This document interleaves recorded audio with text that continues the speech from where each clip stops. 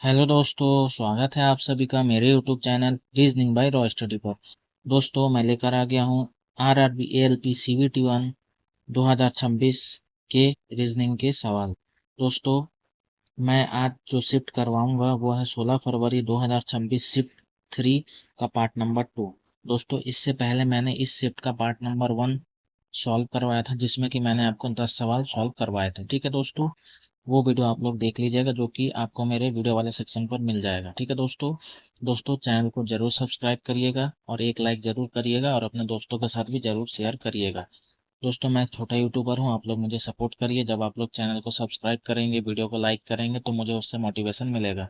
और जब भी आप लोग वीडियो देखें, हेडफोन का यूज जरूर करें, क्योंकि मैं मोबाइल से ही वीडियो रिकॉर्ड करता हूँ। ठीक है दोस्तों सेशन को स्टार्ट करते हैं। आज का पहला सवाल, एक कोड भाषा में एजेंट को GAHTN के रूप में, अडॉप्ट को DARTP के रूप में, तो उसी भाषा में ड्रिंक के लिए ड्रिंक को किस रूप में कोडवुड किया जाएगा। दोस्तों, मैंने यहाँ पे सवाल आपके लिए लिख लिया। आइए दोस्तों, इसको सॉल्व करते हैं। दोस्तों, ये थोड़ा पुराना पैटर्न में पूछा गया है, बहुत दिन के बाद ऐसा पैटर्न में पूछा गया सवाल। दोस्तों, ए और जी को जो है इंटरचेंज कर दिया है, यानी कि ए के जगह पे जी आ गया है। ठीक है, और जी के जगह पे ए आ गया, दिख रहा है आपको।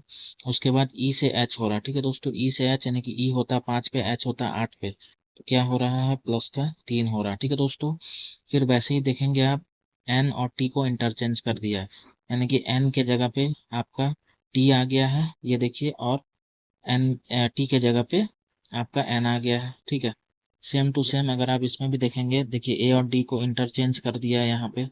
और यहाँ पे यहाँ पे आर आएगा, गलती से ओ लिखा गया है यहाँ पे, यहाँ पे आर आएगा। ठीक है ना दोस्तों, आर आएगा। तो देख रहे हैं आप लोग कि आपका यहाँ से देख रहे हैं ओ से आर हो रहा है, यानी कि ओ होता है 15 पे, आर होता है 18 पे, प्लस का 3 हो रहा है। और फिर पी और टी को इंटरचेंज कर दिया। सेम टू सेम इसमें भी होगा दोस्तों, जैसे डी और आर को इंटरचेंज करेंगे तो डी के जगह पे आर आ जाएगा। ठीक है, और आर के जगह पे डी आ जाएगा। ठीक, और आई में जब आप लोग प्लस का 3 करेंगे तो आपको मिल जाएगा, आई होता है 9 पे, और उसमें 3 जोड़ेंगे तो 12 पे एल हो जाएगा। ठीक है, उसके बाद एन और के इंटरचेंज कर देंगे तो एन के जगह पे आ जाएगा आपका के, और के जगह पे एन आ जाएगा। ठीक है, तो RTL KN। ठीक है, RTL KN। तो इस प्रश्न का राइट आंसर ऑप्शन नंबर ए हो जाएगा। ठीक है दोस्तों अगले सवाल की तरफ चलते हैं। निम्नलिखित अक्षर श्रृंखला का संदर्भ लीजिए और उसके बाद दिए गए प्रश्न का उत्तर दीजिए। गिनती केवल बाएं से दाएं की जानी है। ये आपका बाएं तरफ है, ये आपका दाएं तरफ है। आपसे पूछ रहा है ऐसे कितने व्यंजन हैं जिनमें से प्रत्येक के ठीक पहले एक स्वर और ठीक बाद एक व्यंजन है। ठीक है, यानी कि स्वर के बाद दो कंटिन्यूसली व्यंजन होने चाहिए। ठीक है, तो दोस्तों इसमें जब आप देखेंगे तो ये आपको मिल जाएगा एक INF, यानी कि आई क्या है, एक स्वर है, और एन क्या है, व्यंजन है, और एफ भी एक व्यंजन है। ठीक है, INF आपको पहला मिलेगा। और दूसरा, उसके बाद जब आप देखेंगे जेड और एक्स के बाद, ये IZX, IJX। ठीक है, IJ और एक्स। ठीक है, क्योंकि आई भी एक व्यंजन स्वर है, और जे और एक्स क्या है, दो कंटिन्यूसली व्यंजन है। तो इसमें सिर्फ दो ही ऐसे पेयर हमको मिलेंगे जहां पे कि स्वर के बाद दो कंटिन्यूसली व्यंजन आएंगे। तो इस प्रश्न का right answer option number C हो जाएगा। दोस्तों अगले सवाल की तरफ चलते हैं। एज का सवाल है, पांच व्यक्तियों V Y X Y और Z की प्रत्येक की आयु एक निश्चित आयु है। Y की आयु X की आयु की 4 गुना है। ठीक है दोस्तों, यहाँ पे मैंने लिख के रख दिया है, आप लोग इस तरीके से लिख दीजिएगा। ठीक है, Y की आयु X की आयु की 4 गुना है। दोस्तों मान लीजिए Y, अगर X की आयु अगर A है, ठीक है, तो Y की जो आयु हो जाएगी वह X की आयु की 4 गुनी हो जाएगी। तो यही तो कहा है, Y की आयु X की आयु की 4 गुनी। तो अगर X A है तो Y का आयु हम 4A मान लेंगे, लेट लेंगे। ठीक है ना, लेट। ठीक है, अब उसके बाद दोस्तों हमसे आगे कह रहा है कि भी की आयु X की आयु की 2 गुनी है। ठीक है, भी की आयु X की आयु की 2 गुनी है। इसका अर्थ यह है कि अगर X की आयु A है तो भी की आयु क्या हो जाएगी, 2A हो जाएगी। ठीक है, यही तो होगी दोस्तों। ठीक है उसके बाद दोस्तों आगे देखते हैं क्या कह रहा है। आगे कह रहा है, ये Y की आयु डब्ल्यू की आयु की 5 गुनी है, ठीक है। वाई की आयु डब्ल्यू की आयु की 5 गुनी है, इसको भी हम होल्ड कर लेते हैं, हम इसको बैठा लेते हैं। डब्ल्यू की आयु 12 वर्ष है, ठीक है। डब्ल्यू की जो आयु है यहाँ पे हम एज को हम यहाँ पे लिख लेते हैं, ठीक है। डब्ल्यू की जो आयु है वो कितना है, 12 वर्ष है, ठीक है दोस्तों। अब यहाँ पे आप लोग की पहले वाले लाइन में देखिए, वाई की आयु डब्ल्यू की आयु की 5 गुनी है, तो वाई की आयु अगर वाई की आयु डब्ल्यू की आयु की 5 गुनी है, तो अगर डब्ल्यू की आयु 12 वर्ष है तो वाई की आयु क्या हो जाएगी, 60 हो जाएगी। होगी कि नहीं बताइए। वाई की आयु की 5 गुनी है डब्ल्यू डब्ल्यू की आयु की 5 गुनी है वाई की आयु। देखिए वाई की आयु डब्ल्यू की आयु की 5 गुनी है, तो जब डब्ल्यू 12 वर्ष का है तो इसमें 5 का गुणा करेंगे तो 60 वर्ष का वाई हो जाएगा, ठीक है। अब दोस्तों यहाँ से आपको दिख रहा होगा कि ये 4a, ठीक है, 4a बराबर 60 के, ठीक है। तो इसमें 15 का ही तो गुणा हो रहा होगा, तो a बराबर हमको कितना मिलेगा, a बराबर हमको कितना मिल जाएगा, 15 साल मिलेगा, ठीक है। 15 साल मिलेगा, मिलेगा कि नहीं। अब उसके बाद दिया हुआ है लास्ट में, यदि जेड की आयु भी की आयु की 3 गुनी है, ठीक है, जेड की आयु भी की आयु की 3 गुनी है। अब दोस्तों जब एक्स की आयु 15 वर्ष है तो भी की आयु उसकी दुगनी हो जाएगी, यानी कि 30 वर्ष का हो जाएगा वाई भी। और यहाँ पे कहा है कि जेड की आयु भी की आयु की 3 गुनी है। अब ये आपको दिख रहा होगा, भी की आयु 2 है तो उसका 3 गुना 6 से जेड हो जाएगा, और इस 30 का जब आप 3 में गुणा करेंगे तो 90 हो जाएगा, ठीक है। तो आपको जो फाइनली जो आपसे पूछा था इसमें जेड की आयु कितनी है, तो जेड की आयु आपको दिख रहा होगा कितना है, 90 वर्ष है। तो इस प्रश्न का राइट आंसर क्या हो जाएगा, ऑप्शन नंबर डी, ठीक है दोस्तों। ऑप्शन नंबर डी इस प्रश्न का राइट आंसर होगा। दोस्तों एक लाइक जरूर करिएगा, ये बहुत ही बेहतरीन सवाल था दोस्तों। एक लाइक जरूर करिएगा और चैनल को जरूर सब्सक्राइब करिएगा दोस्तों, ठीक है। दोस्तों अगले सवाल की तरफ चलते हैं।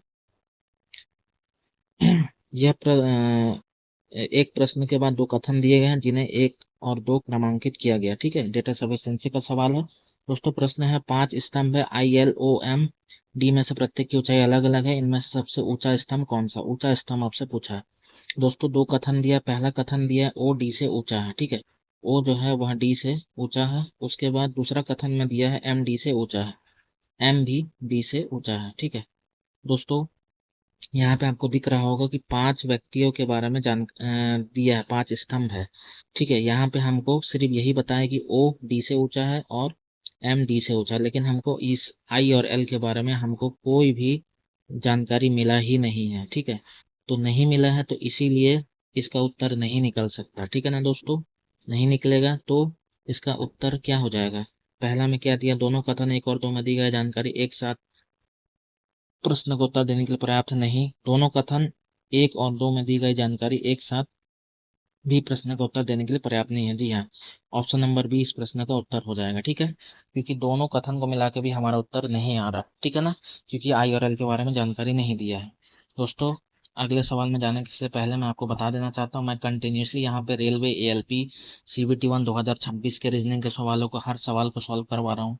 Railway NTPC graduate level CBT 1 2026 के रीजनिंग के हर सवाल को सॉल्व करवा रहा हूँ, और रेलवे टेक्नीशियन 2026 और रेलवे ग्रुप डी 2025-26 के भी हर सवाल को, हर शिफ्ट के सवालों को मैं यहाँ पे कंटिन्यू सॉल्व करवा रहा हूँ। दोस्तों आप चैनल को जरूर सब्सक्राइब करिएगा, यहाँ पे आपको कंटिन्यूसली रीजनिंग के लेटेस्ट सवाल देखने को मिलेंगे और बेहतरीन एक्सप्लेनेशन के साथ, ठीक है दोस्तों। अब हम अगले सवाल की तरफ चलते हैं। एम ओ की माता है दोस्तों, एम जो है वह कौन है, ओ की माता है, ठीक है। उसके बाद ओ जे की बहन है, ओ जो है वह जे की बहन है, ठीक है। उसके बाद टी के की पुत्री है दोस्तों, टी के की पुत्री है, इसको भी हम होल्ड कर लेते हैं, इसको यूज करते हैं। जे बी का पिता है दोस्तों, जे जो है वह कौन है, बी का पिता है, ठीक है। और टी जे की बहन है दोस्तों, टी जो है वह जे की, एक मिनट दोस्तों मैं थोड़ा सा गलत हो गया था। पहले ये है ना टी के की पुत्री है, उसके बाद ये टी जे की बहन है, टी टी जो है ना वह जे की बहन है, ठीक है दोस्तों। अब बोला है जे पी का पिता है दोस्तों, जे जो है वह पिता है बी का, ठीक है। उसके बाद बी एफ की पत्नी है दोस्तों, बी जो है वह एफ की पत्नी है, ठीक है। उसके बाद हमसे क्या पूछ रहा है, उसके बाद है बी एफ की पत्नी है, ये भी हमारा हो चुका। अब हमसे पूछ क्या रहा है, एम का कैसे क्या संबंध। दोस्तों जे बी का पिता है, ठीक है, जे बी का पिता है। एक मिनट दोस्तों, यहाँ पे थोड़ा सा फिर मिस्टेक हो गया है, माफी चाहूंगा दोस्तों। सबसे पहले क्या कहा था हमसे, सबसे पहले कहा था एम ओ की माता है, एम माता है ओ की, ठीक है, ओ जे की बहन है, ओ जो है वह जे की बहन है, ठीक है। उसके बाद दोस्तों टी के की पुत्री है, ठीक है, टी जो है वह के की पुत्री है, इसको अभी हम होल्ड कर लेते हैं, हम इसको बैठाते हैं, टी जे की बहन है, टी जो है वह जे की बहन है, ठीक है। और उसके बाद इस लाइन को अब हम कर लेते हैं, टी के की पुत्री है, टी जो है वह के की पुत्री है, यानी कि दोस्तों ये जो ये जो ओ है, जे है और टी है, ठीक है, ये क्या है, ये एम और के बच्चे हैं, और ये जो एम और के ये हस्बैंड वाइफ है, यानी कि के एम का हस्बैंड है, ठीक है, और एम के की पत्नी है, वाइफ है, ठीक है।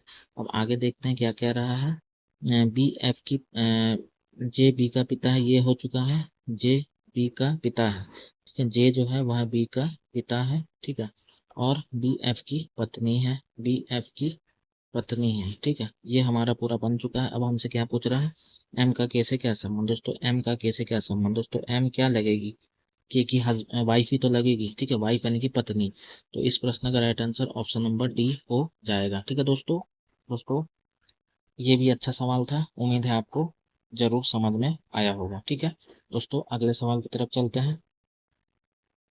फिर से डेटा सब एसेंशियल का सवाल। इस प्रश्न में एक प्रश्न के बाद दो कथन दिए गए हैं, एक और दो, जिन्हें एक और दो क्रमांकित किया गया है।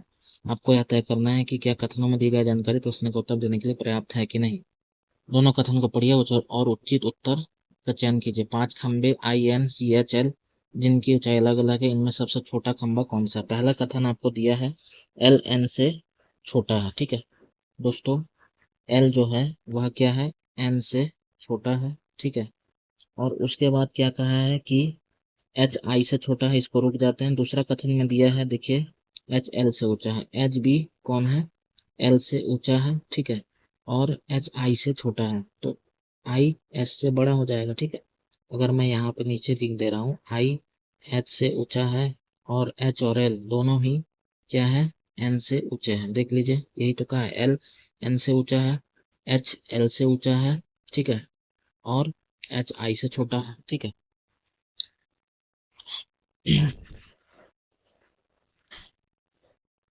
अब दोस्तों देख रहे हैं आप, L N से ऊंचा है, H I से छोटा है और H L से ऊंचा है, ठीक है दोस्तों। यहाँ पे जो है दोस्तों, हमको ये पता है कि जो ये जो L है ना, वो N से L N से छोटा है, ठीक है। एक मिनट दोस्तों, इसको मैं अभी थोड़ा सा यहाँ पे मिस्टेक हो रहा था, ठीक है दोस्तों। हमसे पहले कहा है L N से छोटा है, L जो है ना वह L N से छोटा है, यानी कि N L से बड़ा है, ठीक है।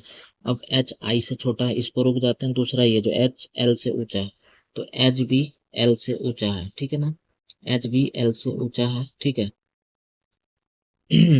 उसके बाद दोस्तों H I से छोटा है, तो I भी S से बड़ा है। दोस्तों हमको यह पता है कि जो H और N दोनों ही क्या है, L से तो ऊंचे हैं। देखिए L N से छोटा है, ठीक है, L छोटा है N से, और L S से भी छोटा है, और I S से ऊंचा है। लेकिन हमको H और N के बारे में हमको एग्जैक्टली नहीं पता है कि इनमें कौन जो है, एक मिनट दोस्तों, H और N ये दोनों ही के बारे में हमको नहीं पता कि इनमें कौन बड़ा है या छोटा है। इस वजह से हम ये एग्जैक्टली डिसाइड नहीं कर पाएंगे कि सबसे छोटा कौन है, ठीक है। तो इसलिए इसका जब आप दोनों कथन को भी ले लेंगे, मिला लेंगे, तो भी आपका उत्तर नहीं आएगा, यानी कि ऑप्शन नंबर है, दोनों कथन एक और दो को भी जब आप मिला लेंगे तो एक साथ प्रश्न का उत्तर देने के लिए पर्याप्त नहीं है, ठीक है दोस्तों। तो इस प्रश्न का राइट आंसर ऑप्शन नंबर ए हो जाएगा। दोस्तों अगले सवाल की तरफ चलते हैं। एक निश्चित कोड भाषा में HTS को 2743 के रूप में कोडबुट किया जाता है, और AHUS को 7483 के रूप में कोडबुट किया है।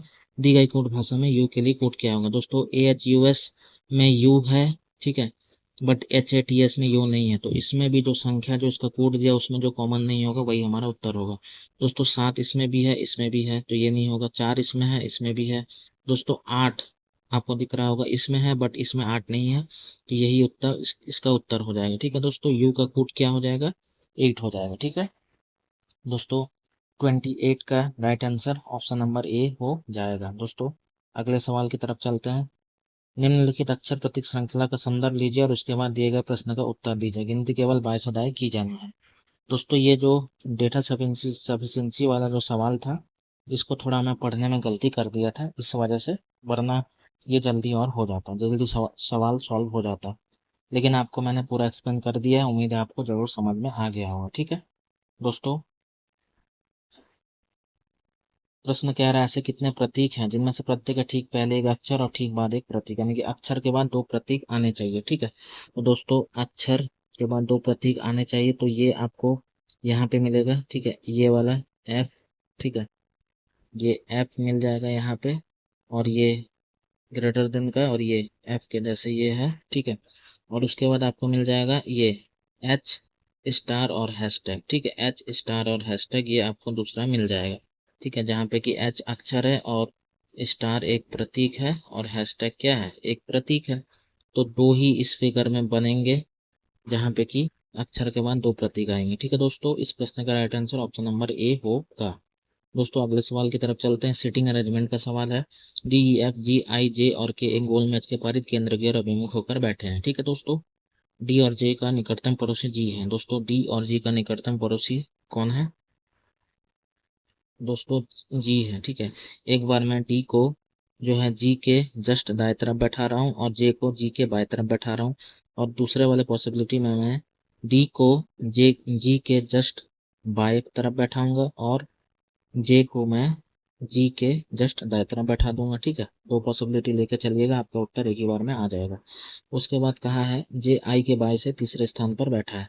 दोस्तों जे आई के बाएं से तीसरे स्थान पर, तो आई के बाएं तीसरे यानी कि आई यहाँ पे आएगा तभी तो दोस्तों, आई के बाएं से तीसरे 1 1 2 3 यहाँ पे बैठ जाएगा, और इसमें आई यहाँ पे आ जाएगा क्योंकि जे आई के बाद तीसरे स्थान पर। तो दूसरे पॉसिबिलिटी में मैंने आई को जी के जस्ट सामने बैठा है, फिर उसके बाद 1 2 3 छोड़ के जे है, तीसरा नंबर पर जे है। ठीक, के आई के ठीक बाएं पड़ोस में बैठा है। दोस्तों के आई के ठीक बाएं पड़ोस में बैठा है, यानी कि दूसरे वाले पॉसिबिलिटी में के जो है यहाँ पे आ जाएगा आई के जस्ट बाय, बट यहाँ पे दिख रहा होगा आपका आई के जस्ट बाय डी बैठा है, तो यहाँ पे के बैठ ही नहीं सकता। तो दूसरा वाला पॉसिबिलिटी आपका सही होगा, पहला पॉसिबिलिटी क्या हो जाएगा, गलत हो जाएगा। तो मैंने आपको बताया था कि एक पॉसिबिलिटी अपने आप गलत हो जाता है। अब आपका उत्तर एक ही बार में आ जाएगा। ठीक है, उसके बाद यहाँ पे दिया एफ जे का निकटतम पड़ोसी नहीं है। ठीक है, एफ जो है वो जे का निकटतम पड़ोसी नहीं है, लेकिन एफ जो है डी के जस्ट बगल में आ जाएगा। और हमसे अब क्या पूछ रहा है, ई के बाद तीसरे स्थान पर कौन बैठा है। दोस्तों इस दूसरे वाले पॉसिबिलिटी में खाली ई ही नहीं आया है, ई यहाँ पे आ जाएगा, यानी कि जे के जस्ट बगल में। ई के बाद तीसरे 1 2 3 कौन है दोस्तों, डी ही तो है। तो इस प्रश्न का राइट आंसर क्या हो जाएगा, ऑप्शन नंबर ए हो जाएगा। क्वेश्चन नंबर 31 का राइट आंसर ऑप्शन नंबर ए होगा। दोस्तों आज के सेशन का लास्ट सवाल। अंग्रेजी वर्णमाला क्रम के आधार पर निम्नलिखित 4 अक्षर समूह में से 3 एक निश्चित तरीके से एक समान है और इस प्रकार एक ग्रुप बनाते हैं। कौन सा अक्षर समूह ग्रुप से संबंधित नहीं है, यानी कि ऑड वन आउट। दोस्तों पहला जो ऑप्शन दिया है उसमें सी से एच हो रहा है। ठीक है, सी होता है 3 पे, एच होता है 8 पे, प्लस का 5 हो रहा है। ठीक है, प्लस का 5 हो रहा है। उसके बाद हो रहा है एस से एन। दोस्तों एच होता है 8 पे, एन होता है 14 पे, प्लस का 6 हो रहा है। दोस्तों ऑप्शन नंबर बी में देख रहे हैं आई से एन हो रहा है, आई होता है 9 पे, एन होता है 14 पे, यहाँ पे भी प्लस का 5 हो रहा है। उसके बाद एन से टी हो रहा है। ठीक है, एन होता है 14 पे, टी होता है 20 पे, यहाँ पे भी प्लस का 6 हो रहा है। ठीक है, ऑप्शन नंबर सी में देखिए दोस्तों, पी से यू हो रहा है, पी होता है 16 पे, यू होता है 21 पे, प्लस का 5 हो रहा है।